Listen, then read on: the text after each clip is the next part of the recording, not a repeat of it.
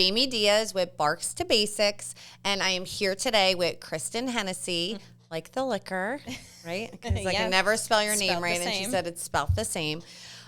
We are today, so Kristen has been with me working at Dynamite Dog Training for a very long time, but the reason I wanted to have Kristen on, besides she's an amazing trainer, is that she really started from not even wanting to do this as a job, or now she's made it a career. So I did want to talk about your kind of journey through everything, and for people that are interested in dogs, in dog training, how you can effectively do it, and that you can make this a career for yourself. A lot of people I know will do it on their own, which I did for a very long time, but I'm going to kind of get into all of that with Kristen. So welcome, Kristen. Oh, thank you.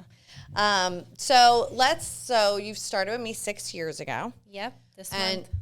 This September? Mm-hmm. Okay, so tell me how you even found us, or how you even wound up on our doorstep. So funny thing is, I had a life coach, so he was finding jobs for me and everything, so I can go into something good. Mm-hmm. And he found you guys. Did you have a job before? Yeah, I worked at the mall. Okay. Nothing special. Okay. Close. I think we all worked at the mall at some point. Okay, so he finds us, we interview you, and you started as what? Just a dog handler, cleaning and not even really touching the dogs. I think you were actually, so we have dog handlers at our schools, and they help make the day smooth and bring the dogs in, take the dogs out, but at that time, we did not have really that just cleaning position. I don't even think it was called a handler, but it was really just cleaning. And I always make this joke that Kristen was probably paid the lowest that I've paid any. I don't even think it's legal to pay her what she was paid. But you started off as an entry-level position and just cleaning and stuff like that. Can you remember? Because I remember asking you to do certain things at the school, or when you first started, if you can remember back 6 years, what started interesting you? At what point were you oh, this is kind of cool? So I think when we're able to just go in the rooms with the trainers, just like how we tell our handlers today to go in the room with the trainers and just watch everything, I think that's where I really started. Was this is kind of cool, because I had no idea about dog training. I was oh, I get to work with dogs. That's great. But as soon as I was able to see it in action, I was this is kind of awesome. And then mostly it was on Saturdays when you used to teach classes. So I used to teach group classes literally all day, and I was just there to clean. Oh, were you but I was there? able to watch you. Okay, okay. And I will say that when you started, things were a little bit of a mess, meaning we've really kind of did our curriculum different, did our system different, our tallies, everything really in the day. So, you saw us at our worst, right? The dogs were always taken care of, but we didn't really have a system in place. So I think it's easier now. So I remember, okay, so now you're interested. I don't even know when it happened. I know you always did a good job, and maybe I don't even remember who the manager was at the time, but I remember us starting to teach you little things here and there. And I remember the Leave It cue was the one thing that that was my big thing, would teach to. So for those of you out there, we all do use Leave It's for our dogs, and we yell at them to leave it. But I would probably say 90% of us have not actually taught our dogs properly how to leave it. It's actually a lengthy process. There's a lot of different steps to it. And if I ask, like I said, 9 out of 10 people probably have no idea of how to even get their dogs to leave it without pulling them on the leash or yelling at them. So Kristen started doing, I remember all the dogs coming in, we were like, okay, you are teaching Leave It. And she got really, really great at teaching it. And you would do the videos for them. We should go back on some of them. I bet you we have Chester and some of the regulars that come still. Ones. Yeah. So I remember you were doing that.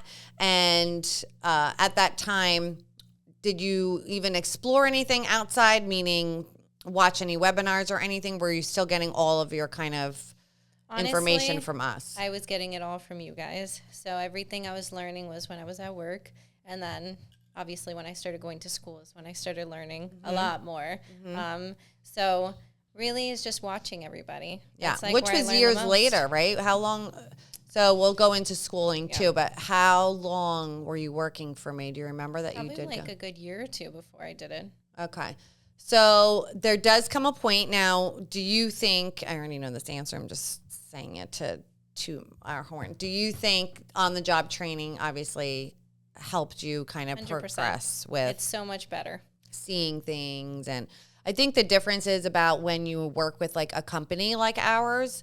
So I know when I worked by myself, which I did for 7 years, I just did private training. And it's really great because you get to keep all of the money and you get to, make your own schedule and all of that. But then you also, when you're off, you're not getting paid. You're by yourself. You have nobody to kind of throw ideas back and forth. And it's just those like singular dogs that you're seeing. So when you work at a company like ours, I feel like you kind of see more things. You can talk with trainers. You can learn more doing it that way. But I did do it singular for a very long time. I think that like on-the-job training is one of the best ways to learn. And I can remember when you like started going to school. So what I was saying is there comes a point now you're seeing all this on-the-job training.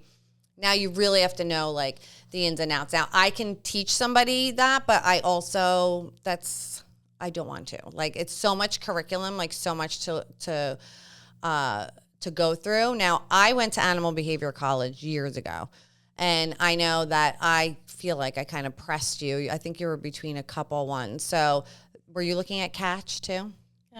Yes, and then Victoria Stillwell. Right. So I am VSPDT, so I am licensed under Victoria Stillwell, which just means, she did It's Me or the Dog on Animal Planet. And her series is again in the UK, new episodes that she's like currently airing her show. So she handpicked trainers in the world that she would recommend for force-free training. So I am one of those. And I remember having this conversation with her that there are just not great schools out there. Like there are some schools, but the mentorship program is not great. I know even, where I went, I think it was 15 hours. 15 hours is like nothing. Kristen gets 15 hours in 2 days of working. So when you put it that way, it's like, it's just not a lot of time.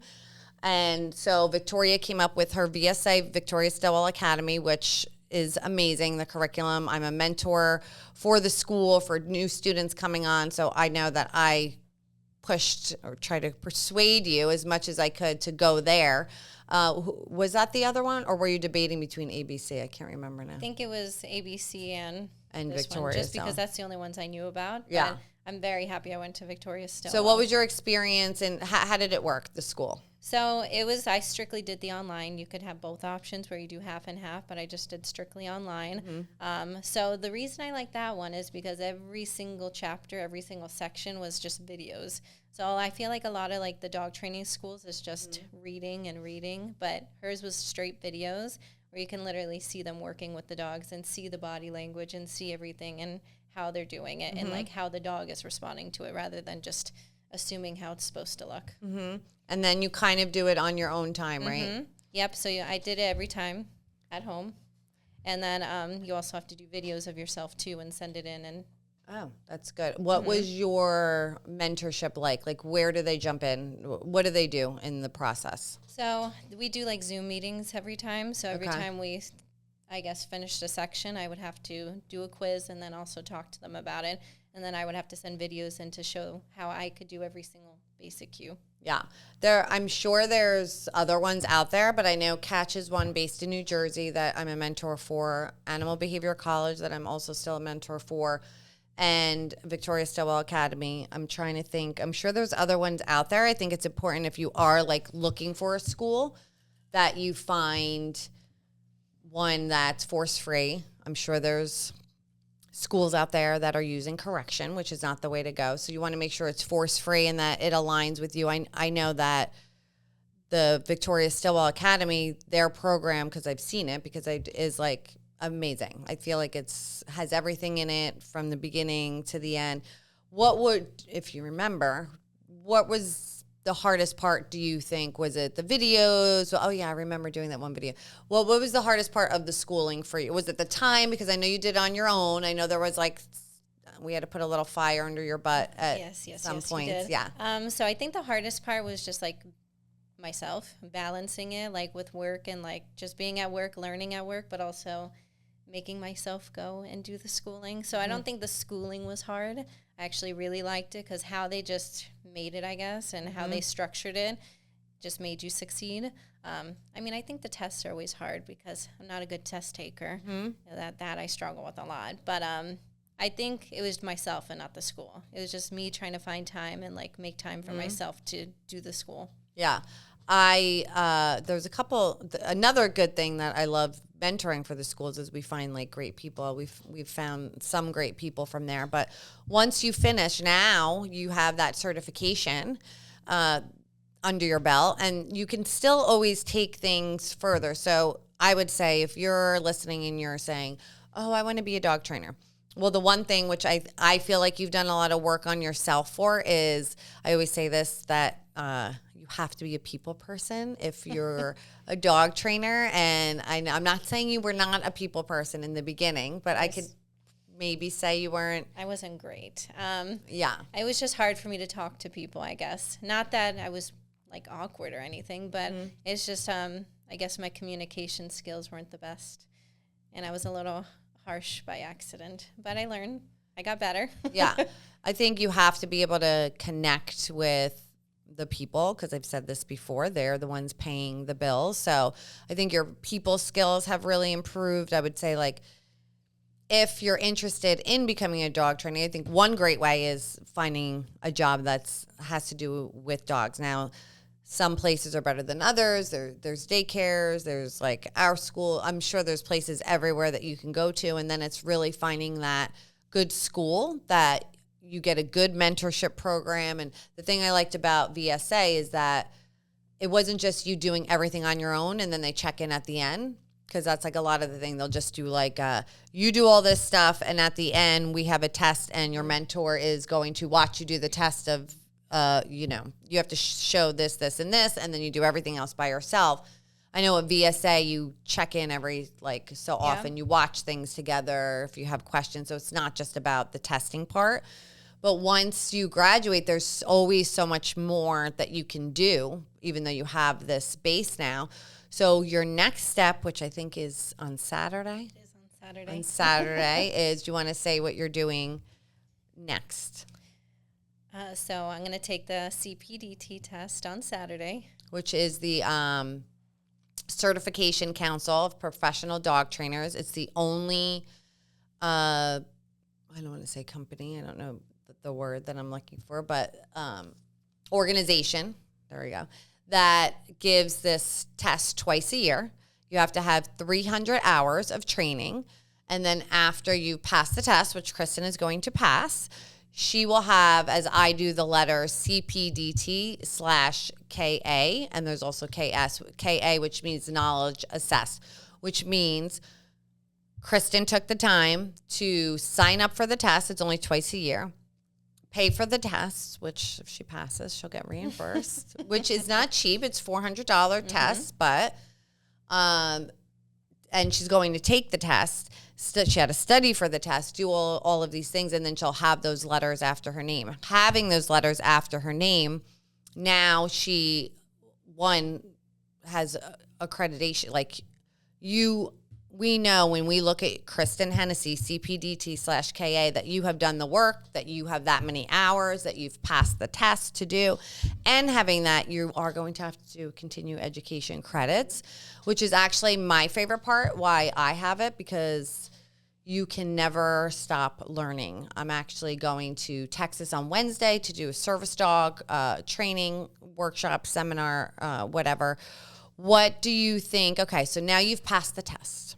What are going to be for your, say, continued education? What are some of the things that would interest you in continuing to learn more? And also in that same kind of question, all right, you passed school and everything. What do you think the one thing is you could learn more about that it isn't enough in the school or from experience? My number one answer is reactivity. Okay. So I think reactivity you really don't see in schooling. And I mean, I see it because of work. And I've been able to do stuff with you and like learn stuff on my own. But I think reactivity, I would love to do like the webinars, the seminars, go to places and see reactivity, because I think that's one thing that a lot of trainers don't know how to do, and they don't know how to like progress the dog and make the dog successful, plus the owner, because that's stressful on the owner having a reactive dog. I mean, I know.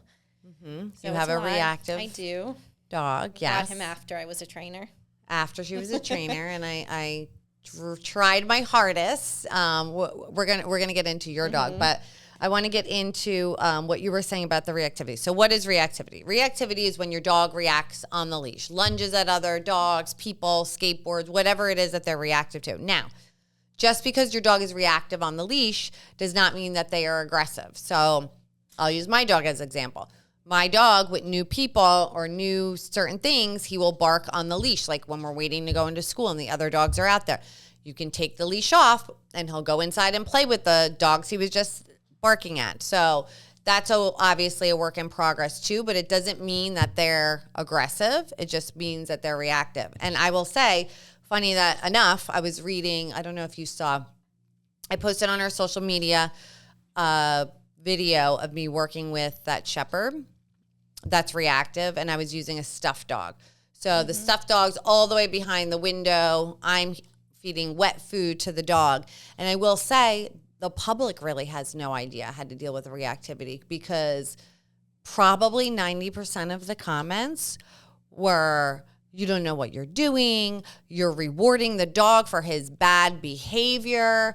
I think it's really important, and we are going to have a whole reactivity episode, but it's really important to know what you're talking about, right? So reactivity is coming from that emotional part of the brain that the dog's not learning when they're in that part of the brain. So the food helps them get out of that part of the brain and to get back to their thinking brain and working. So nothing is going to happen. Your dog is not going to bark more at, your neighbor's dog because you're giving him a piece of steak at that moment. It's actually the opposite. He'll actually say, whoa, what's happening here?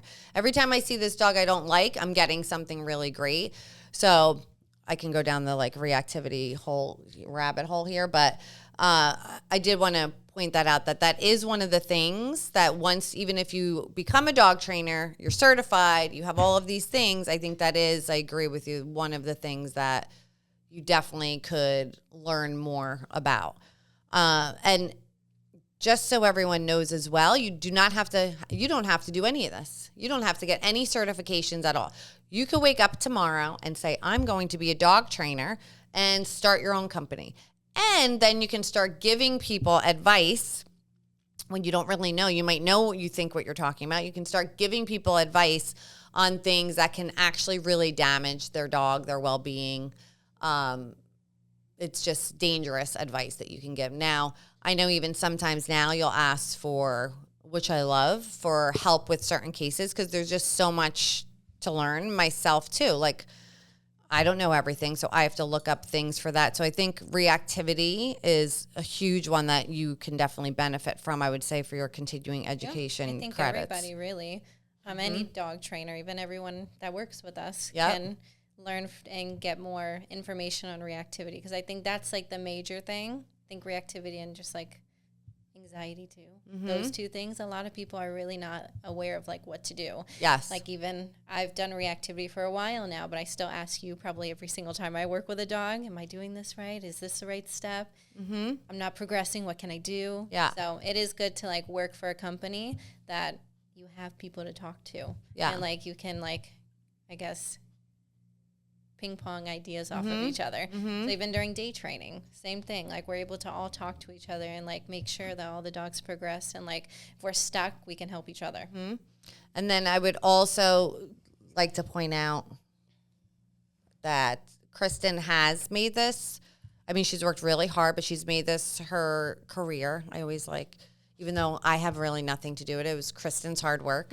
But she's bought her own, beautiful home with her husband. She's had a baby while she was with us. She plans to have more babies while she's with us. So you can, at what point, or was there a point that you were I think I can actually, one, that I like doing this, and two, I can actually I think I can make this a career? So I feel I felt like that from the start. That's why I never left. I feel ever since I started learning and I got the trainer position when I started school and everything. It just kind of went up from there. So I never second guessed it. I always felt very strong about where I was working. And you just made it easier too. I'm not trying to get all mushy, but I think if it wasn't for you, I probably wouldn't be where I am, because I think you pushed me in the right direction. But I also think, yes, you're my boss, but you also have your... I drive her crazy. Your nice side. Yeah, she drives me crazy, but...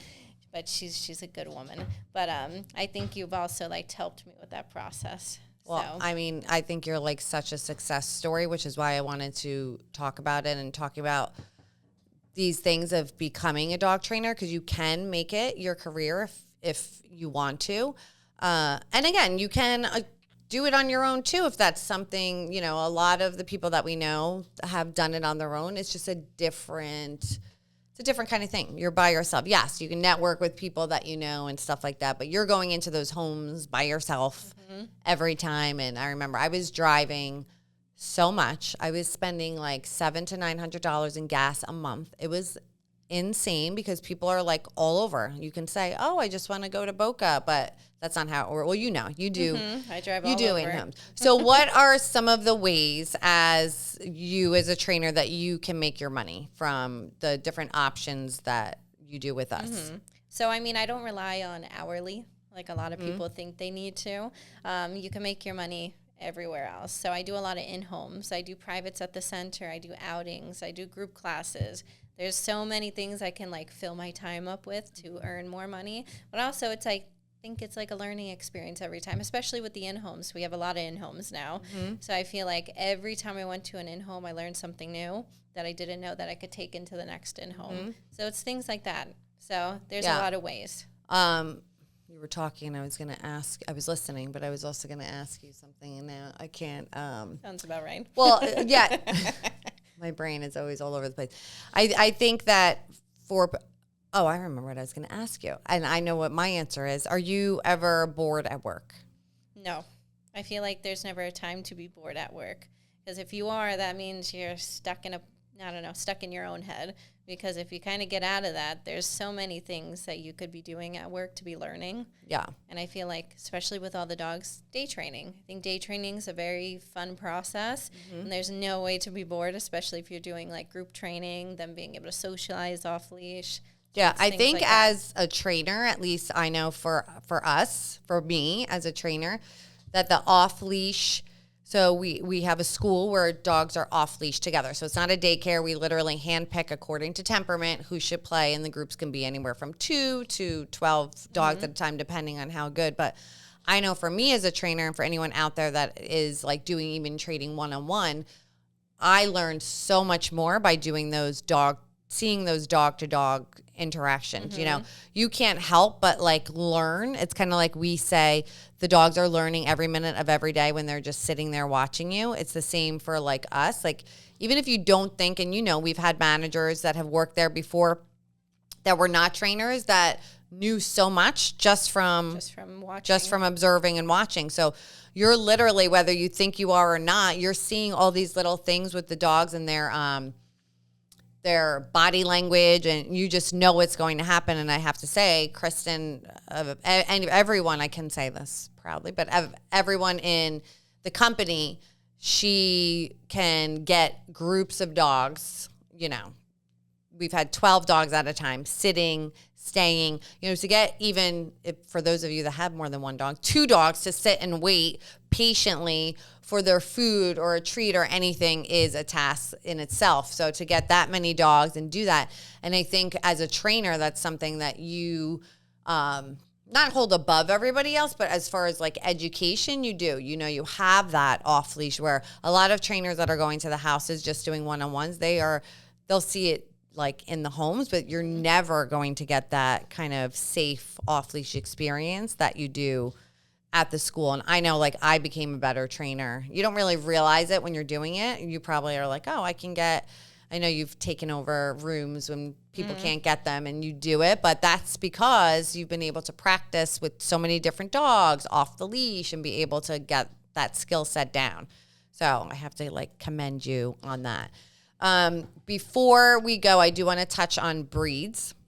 So what Okay, what breed do you see on your schedule and you're like either, oh God, or you're, yay, I'm excited about? So I feel like this is not a typical answer, but yes, I have a German Shepherd. Yes, he's reactive. A lot of Shepherds are reactive. It's just Why is he reactive, Kristen? I know one of the main reasons. I mean, he definitely didn't have the socialization he was supposed to have. Not just from me. I mean, I could have done better, 100%. Right, but how old was he when you got him? He was already, 21 weeks or something like that, like up there, which I didn't know. So also another story, they said he was younger than he was until I saw his information on the paper, that they give you.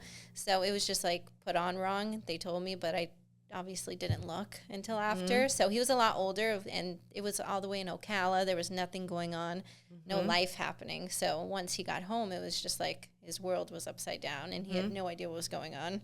So would a shepherd be your?